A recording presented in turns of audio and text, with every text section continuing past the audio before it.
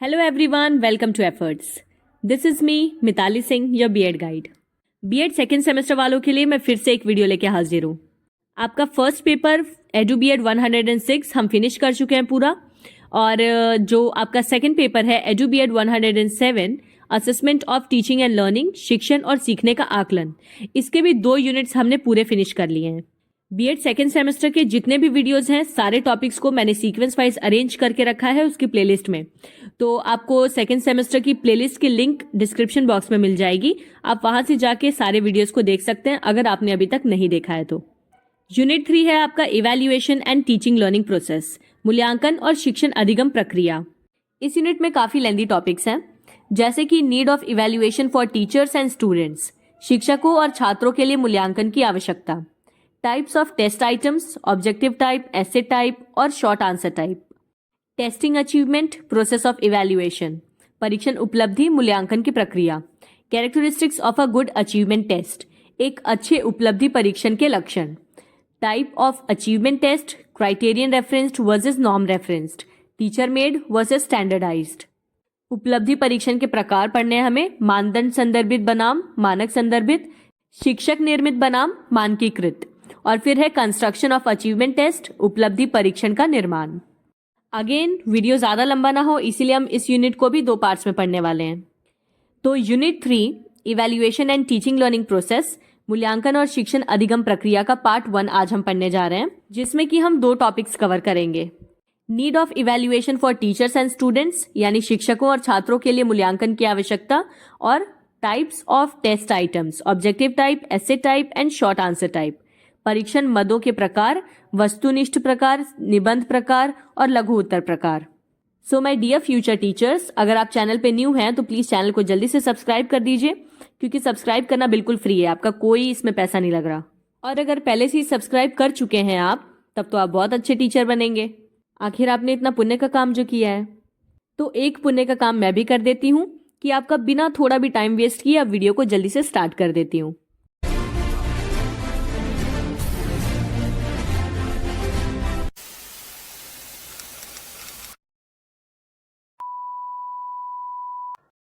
पहला टॉपिक है हमारा need of evaluation for teachers and students, शिक्षकों और छात्रों के लिए मूल्यांकन की आवश्यकता.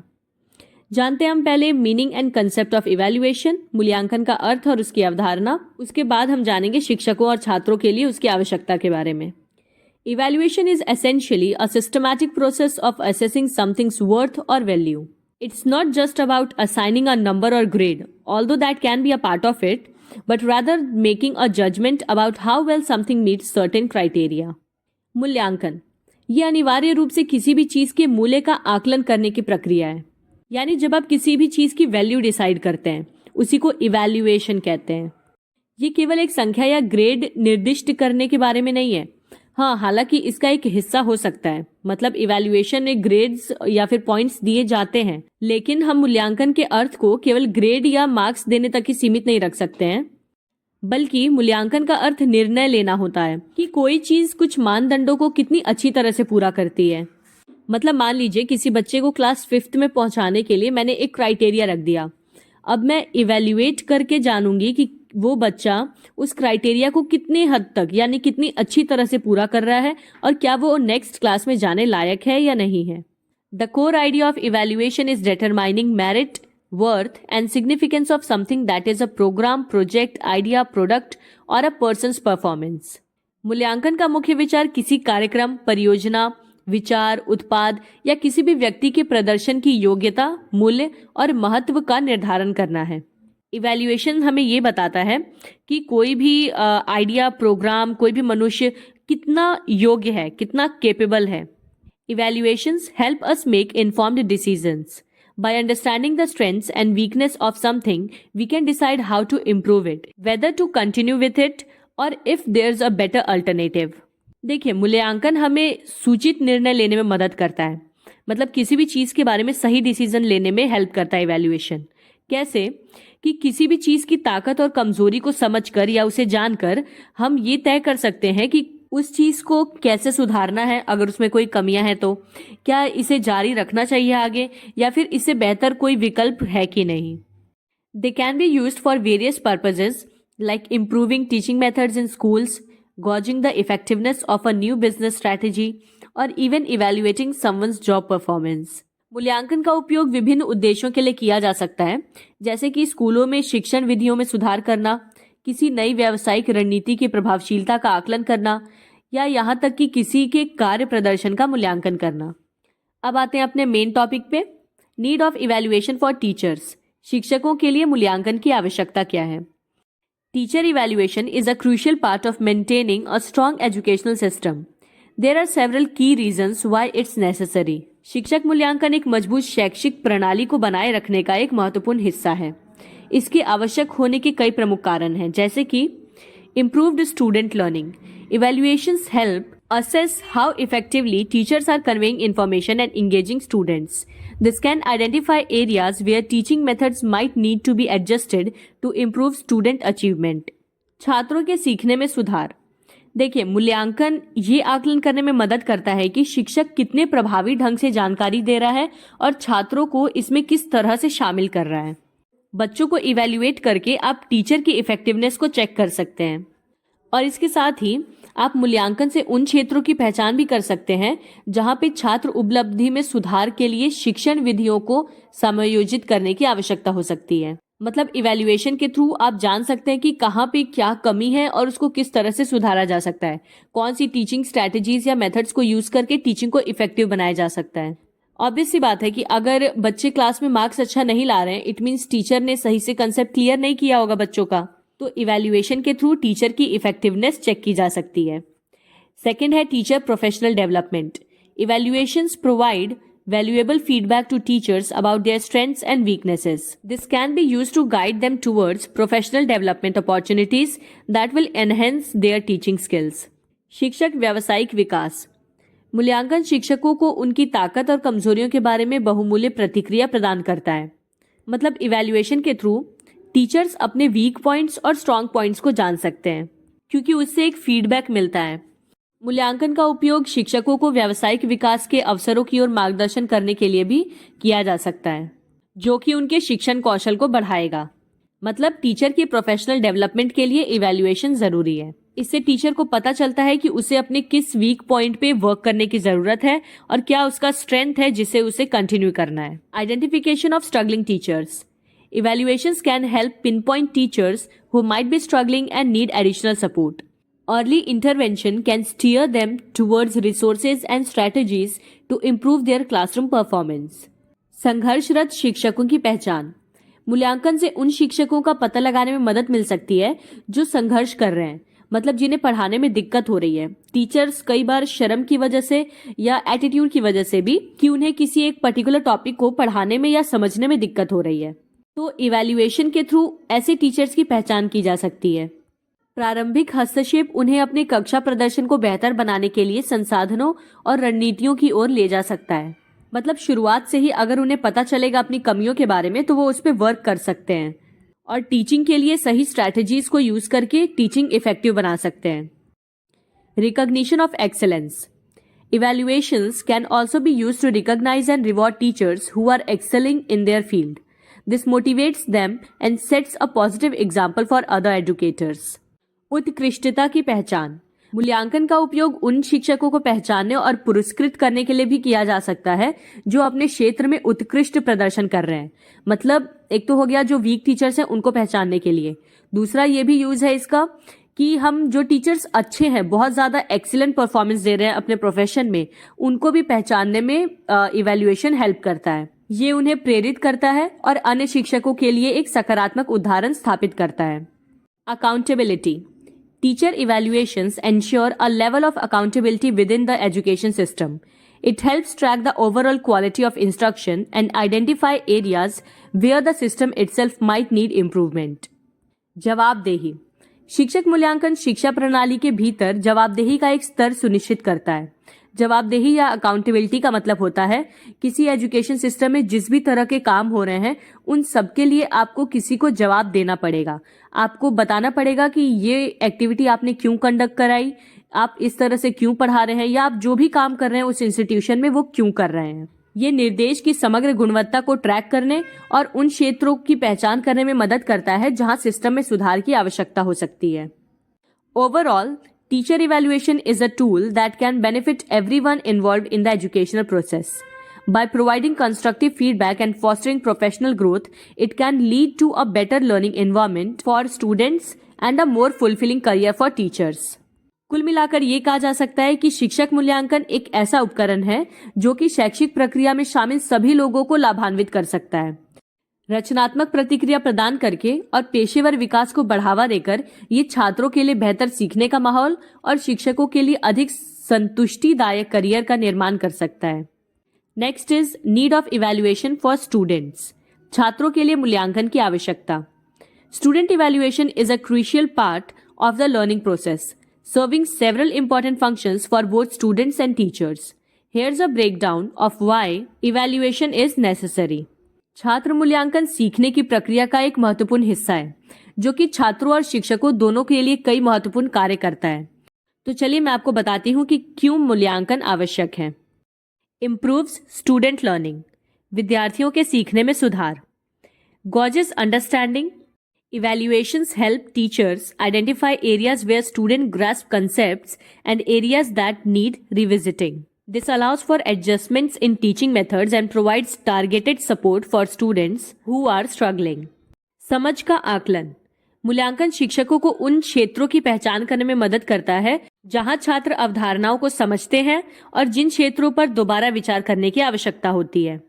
ये शिक्षण विधियों में समायोजन की अनुमति देता है और संघर्ष कर रहे छात्रों के लिए लक्षित सहायता प्रदान करता है। ये तो बहुत कॉमन सी चीज़ है कि इवैल्यूएशन इसलिए किया जाता है ताकि हम बच्चे के वीक पॉइंट्स को और स्ट्रॉन्ग पॉइंट्स को जान सकें, कौन से कंसेप्ट्स बच्चों को समझ आ रहे हैं और किन कंसेप्ट्स पे ज़्यादा वर्क करने की ज़रूरत है। Provides feedback. Evaluations offer students a chance to see their strengths and weakness.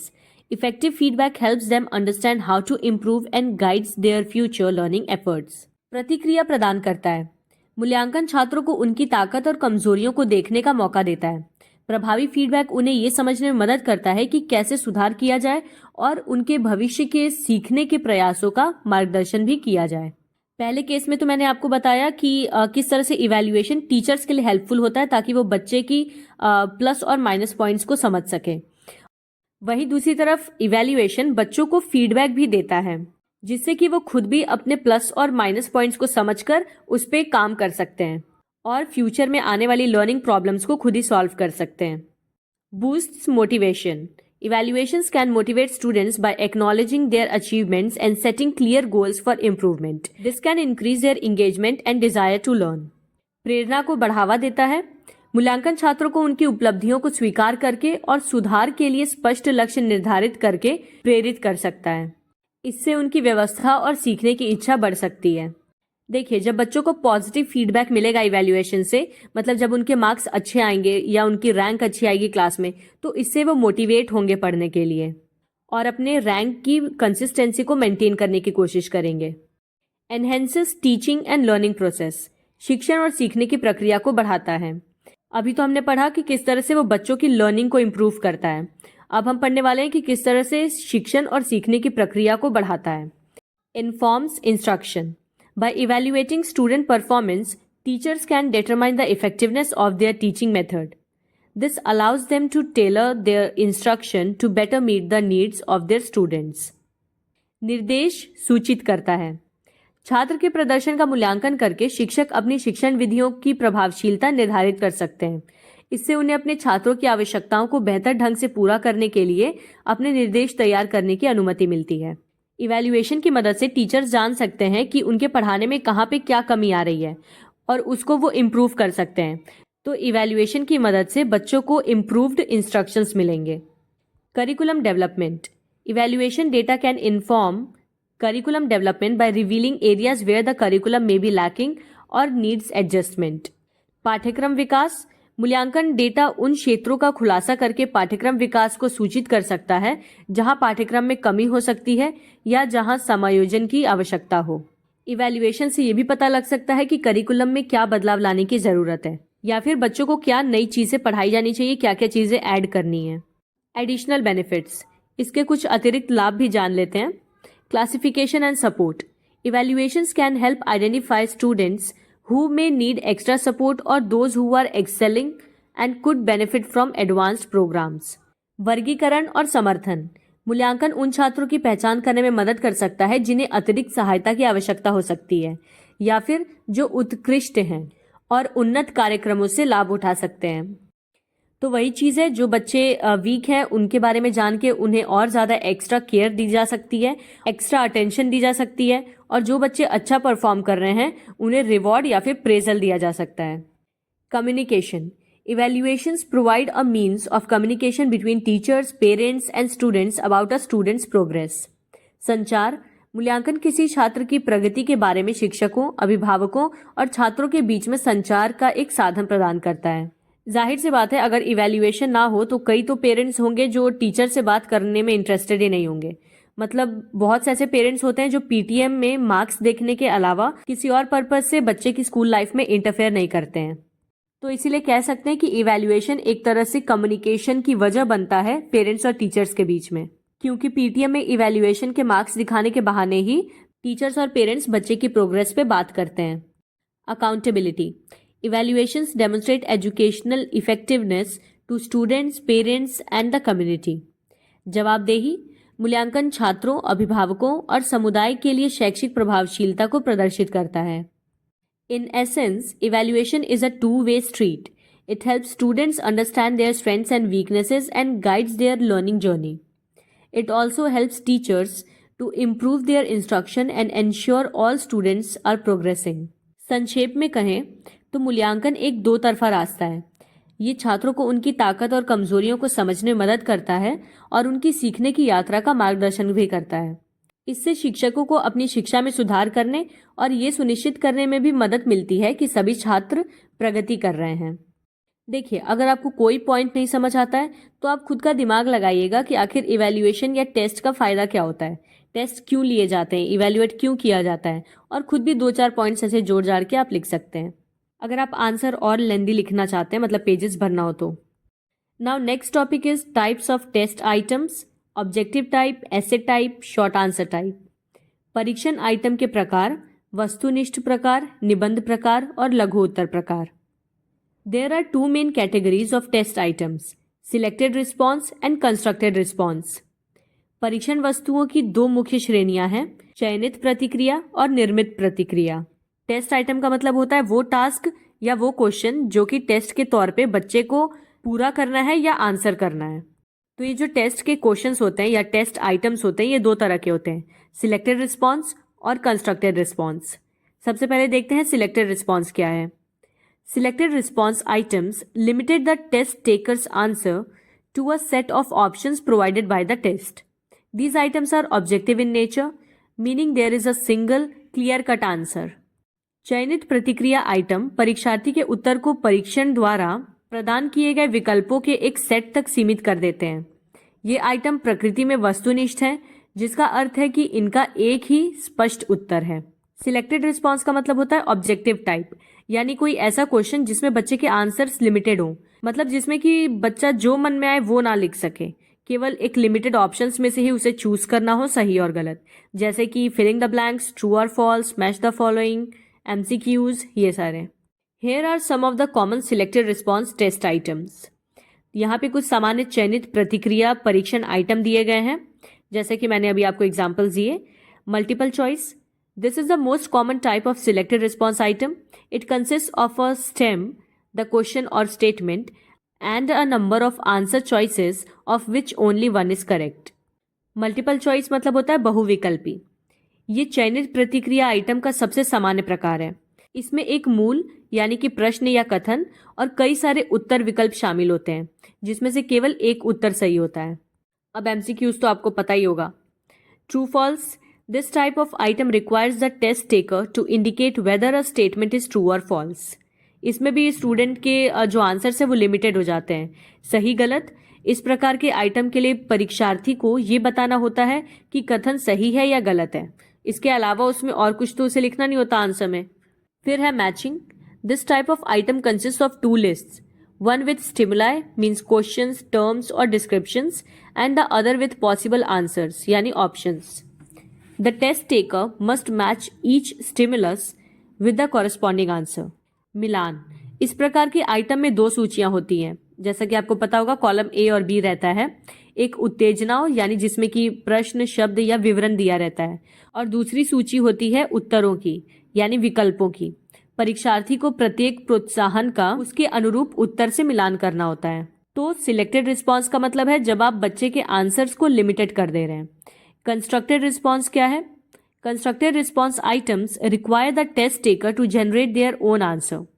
These items are subjective in nature, meaning there can be multiple interpretations and answers. निर्मित प्रतिक्रिया आइटम के लिए परीक्षार्थी को अपना स्वयं का उत्तर उत्पन्न करने की आवश्यकता होती है। मतलब इसमें कोई ऑप्शंस नहीं होते हैं, जो भी आंसर देना है बच्चे को अपनी तरफ से जनरेट करना है। ये आइटम प्रकृति में व्यक्तिपरक है, जिसका अर्थ है कि कई व्याख्याएं और उत्तर हो सकते हैं इसके। ऑब्जेक्टिव या सिलेक्टेड रिस्पॉन्स का मतलब है जिसमें कि सिर्फ एक ही आंसर सही होगा कई ऑप्शंस में से। और सब्जेक्टिव या कंस्ट्रक्टेड रिस्पॉन्स आइटम का मतलब है कि इसके मल्टीपल आंसर सही हो सकते हैं, सिर्फ एक फिक्स्ड आंसर नहीं है इसका। बच्चा अपनी तरफ से आंसर बना के भी लिख सकता है। Here are some of the common constructed response items. यहाँ पे कुछ सामान्य निर्मित प्रतिक्रिया परीक्षण आइटम दिए गए हैं। सबसे पहला है short answer. This type of item requires the test taker to provide a brief answer to a question, usually in a sentence or two.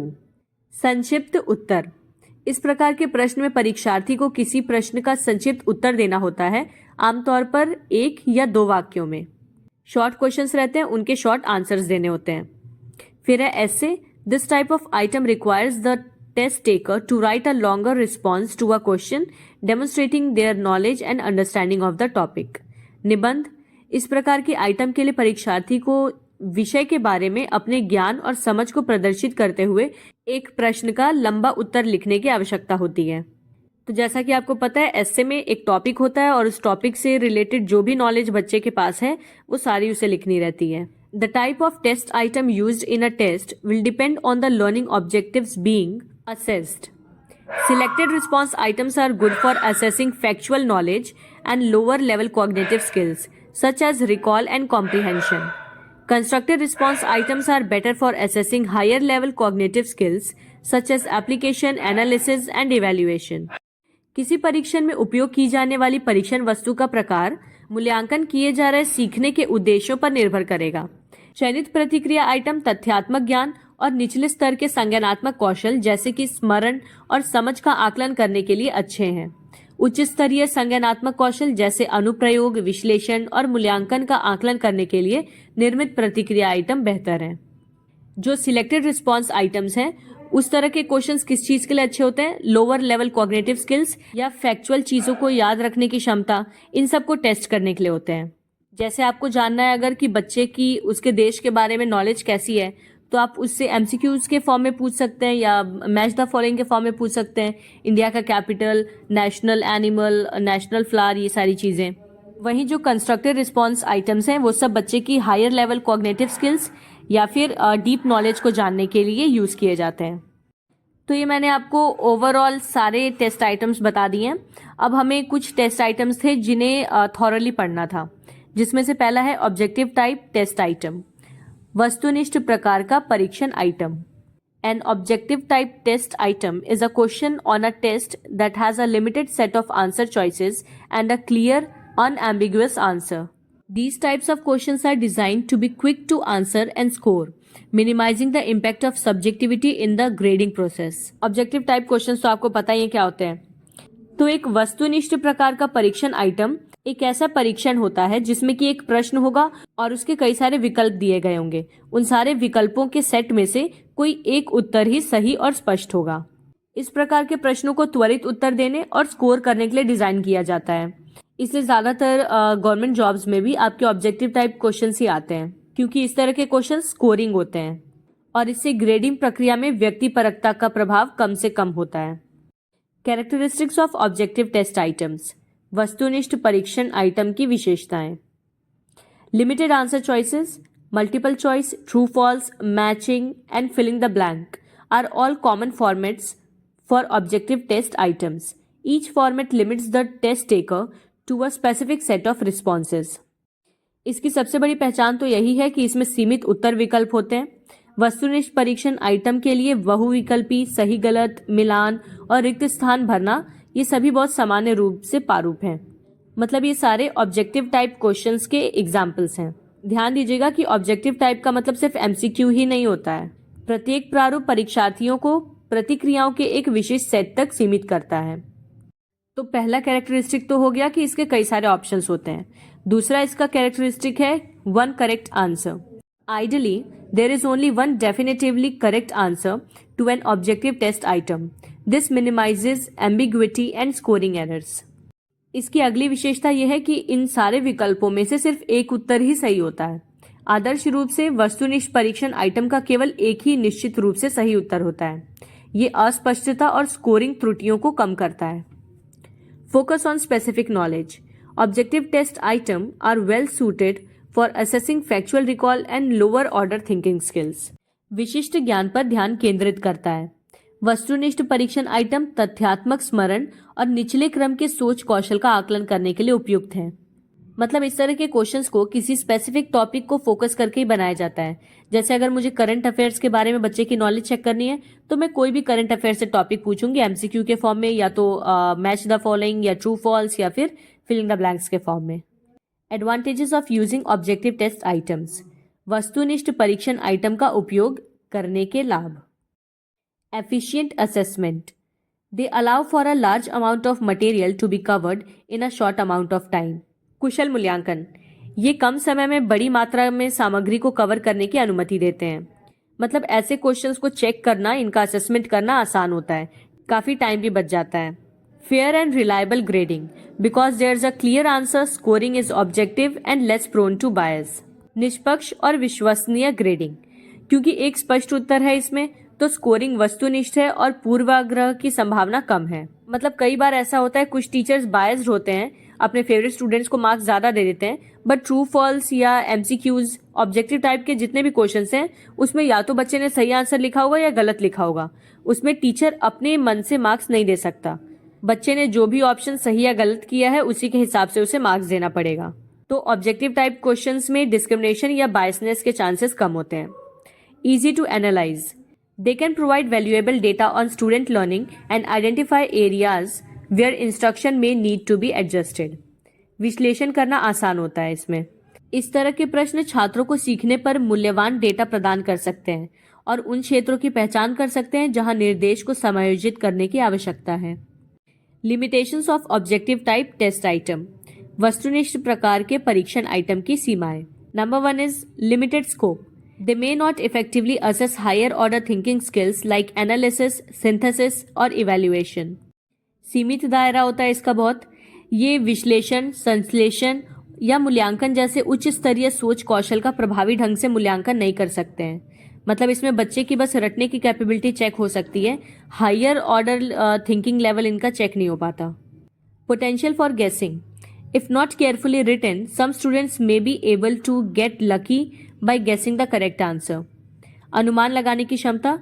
यदि सावधानी पूर्वक प्रश्नों को नहीं बनाया गया है या नहीं लिखा गया है तो कुछ छात्र सही उत्तर का अनुमान लगाकर भाग्यशाली हो सकते हैं। मतलब वो गेस कर सकते हैं, इससे उनकी रियल नॉलेज चेक नहीं हो पाएगी। Overall, objective test items are a valuable tool for educators, but they should be used strategically and in combination with other assessment methods to provide a more comprehensive picture of student learning. कुल मिलाकर कहा जाए तो वस्तुनिष्ठ परीक्षण item शिक्षकों के लिए एक मूल्यवान उपकरण है, लेकिन उन्हें छात्रों के सीखने की अधिक व्यापक तस्वीर प्रदान करने के लिए रणनीतिक रूप से और अन्य मूल्यांकन विधियों के साथ संयोजन में उपयोग किया जाना चाहिए। एसे टाइप टेस्ट आइटम। निबंध प्रकार परीक्षण item. Essay test items are a type of assessment question that requires students to construct a written response in their own words. Unlike multiple choice or true-false questions, which limit students to selecting a predetermined answer, essay questions allow for a more in-depth exploration of a topic. निबंध परीक्षण item एक प्रकार का मूल्यांकन प्रश्न है जिसके लिए छात्रों को अपने शब्दों में लिखित प्रतिक्रिया तैयार करने की आवश्यकता होती है। बहुविकल्पी या सही गलत प्रश्नों के विपरीत जो छात्रों को पूर्व निर्धारित उत्तर चुनने तक सीमित करते हैं, निबंध प्रश्न किसी विषय की अधिक गहराई से खोज करने की अनुमति देते हैं। ऐसे टाइप क्वेश्चंस में बच्चों को एक टॉपिक दिया जाता है और फिर उन्हें अपने शब्दों में उसके बारे में लिखने के लिए कहा जाता है।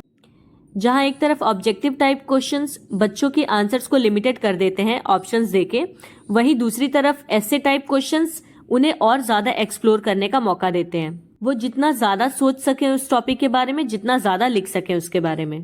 कैरेक्टरिस्टिक्स ऑफ ऐसे टाइप टेस्ट आइटम्स, निबंध प्रकार के परीक्षण आइटम की विशेषताएं।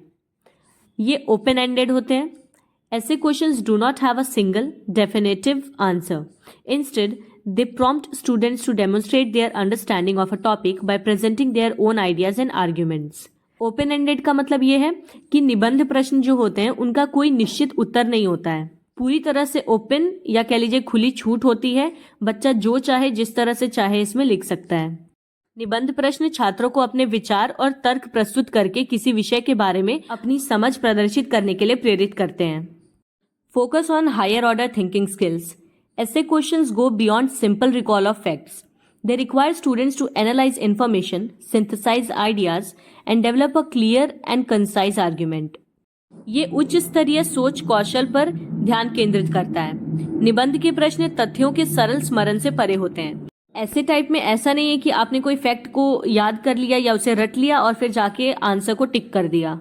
उन्हें छात्रों से जानकारी का विश्लेषण करने, विचारों को संश्लेषित करने और एक स्पष्ट और संक्षिप्त तर्क विकसित करने की आवश्यकता होती है। मतलब ऐसे टाइप क्वेश्चंस बच्चों के हायर ऑर्डर थिंकिंग स्किल्स को डेवलप करते हैं, उनकी सोचने की क्षमता को बढ़ाते हैं। Vary in scope and format. ऐसे questions can range from short focus prompts to long open ended questions. They can also take different formats such as compare and contrast essays, persuasive essays और analytical essays. इस तरह के प्रश्नों के दायरे और प्रारूप में भिन्नता होती है। निबंध प्रश्न छोटे केंद्रित संकेतों से लेकर लंबे और खुले अंत वाले प्रश्नों तक हो सकते हैं। वे विभिन्न प्रारूप भी ले सकते हैं, जैसे तुलना और विपरीत निबंध, प्रेरक निबंध या विश्लेषणात्मक निबंध। मतलब ऐसे में बहुत ज्यादा वेराइटीज पॉसिबल हैं, शॉर्ट एसेज से लेकर लॉन्ग एसेज तक हर तरह के।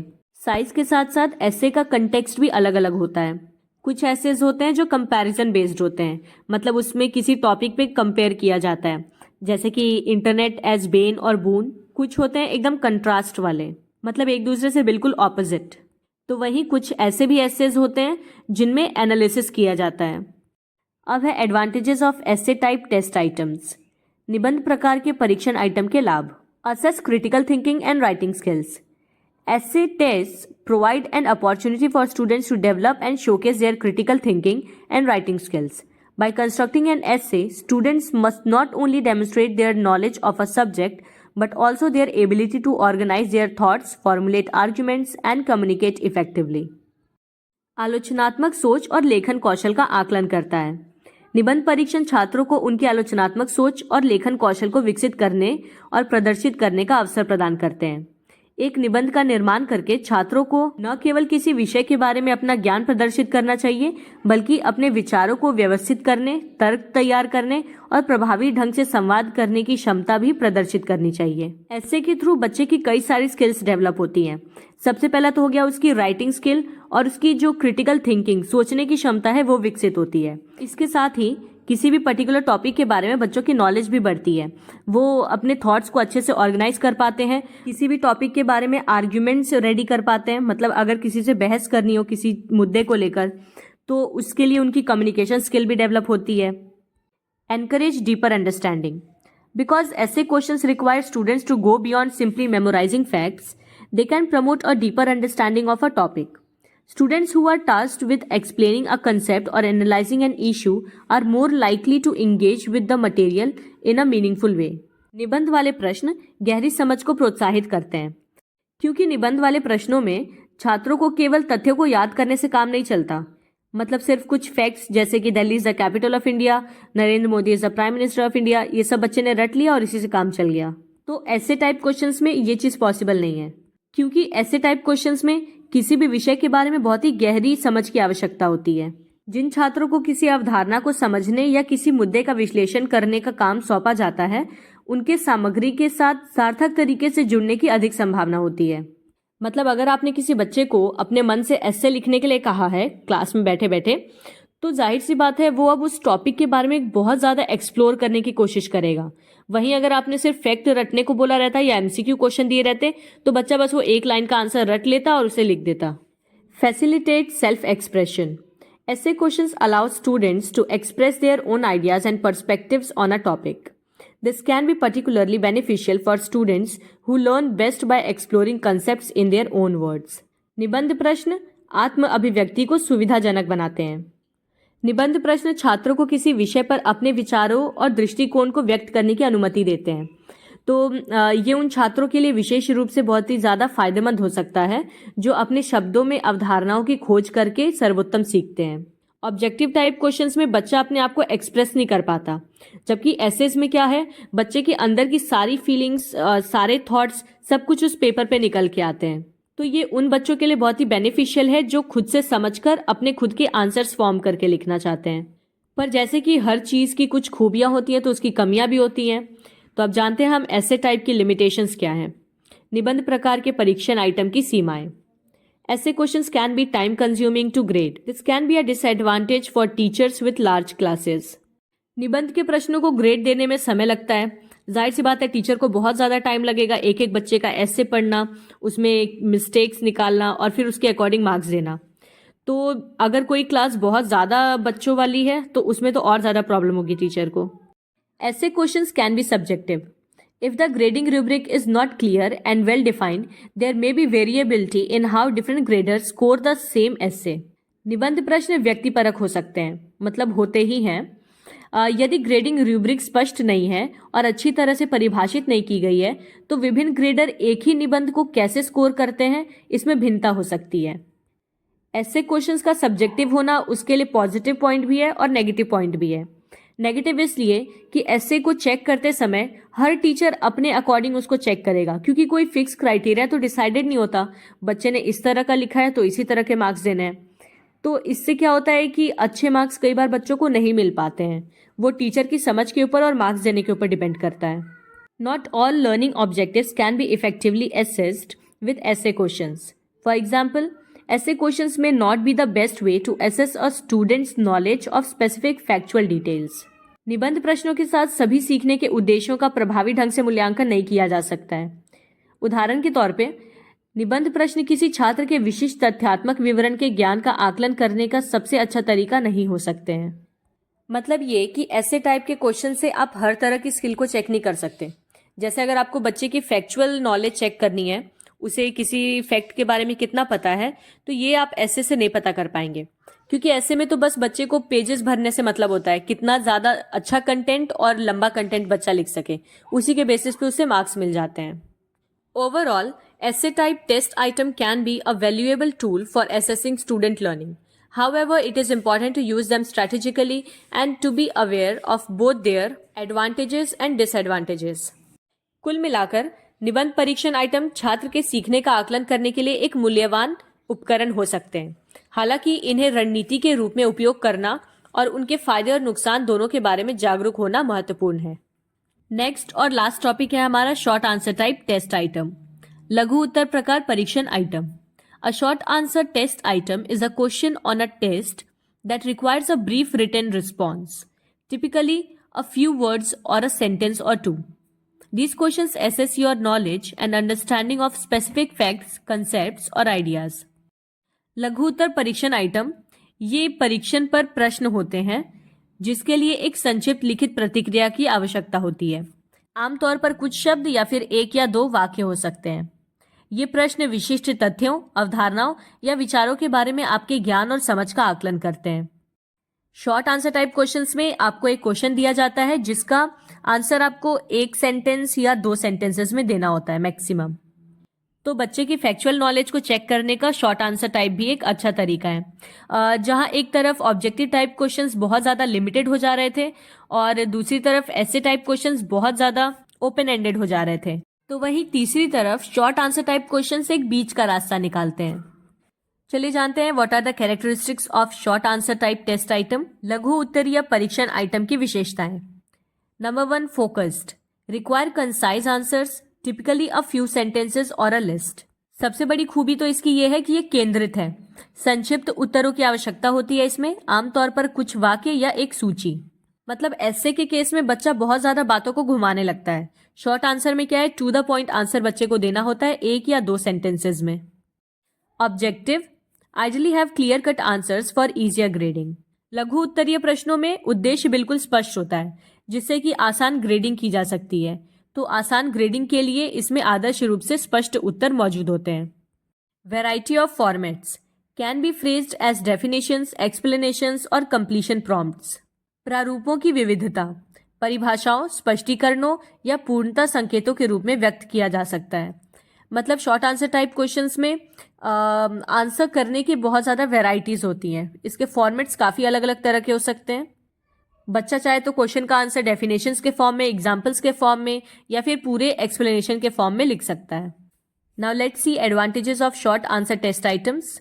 लघु उत्तरीय परीक्षण आइटम के लाभ। Efficient assessment, allow covering broader topics within a time limit.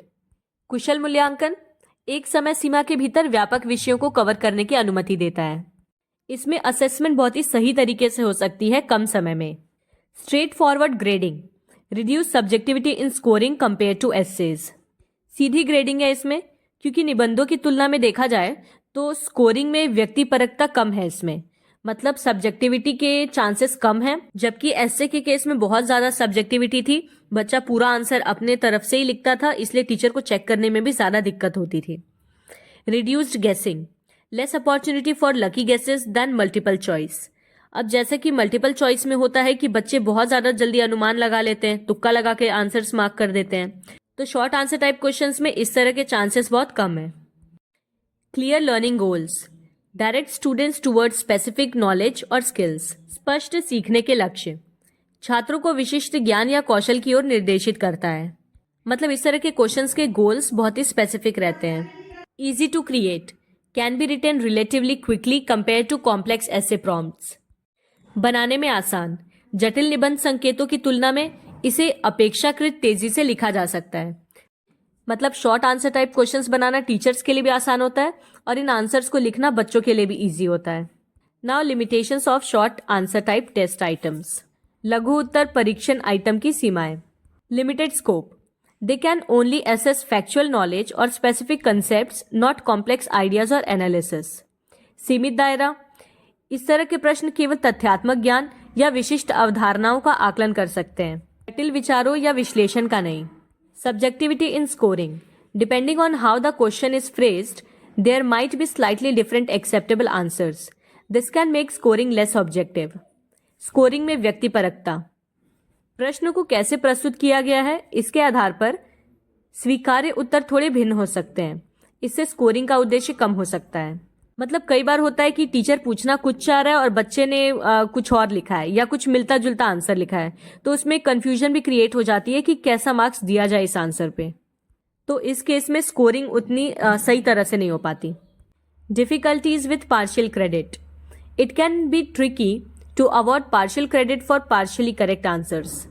आंशिक क्रेडिट के साथ कठिनाइयां, आंशिक रूप से सही उत्तरों के लिए आंशिक क्रेडिट देना मुश्किल हो सकता है। मतलब वही कंफ्यूजिंग आंसर्स जो होते हैं, जो आधे सही हो आधे गलत हो, तो ऐसे आंसर्स पे मार्क्स देने में टीचर को भी कंफ्यूजन होती है।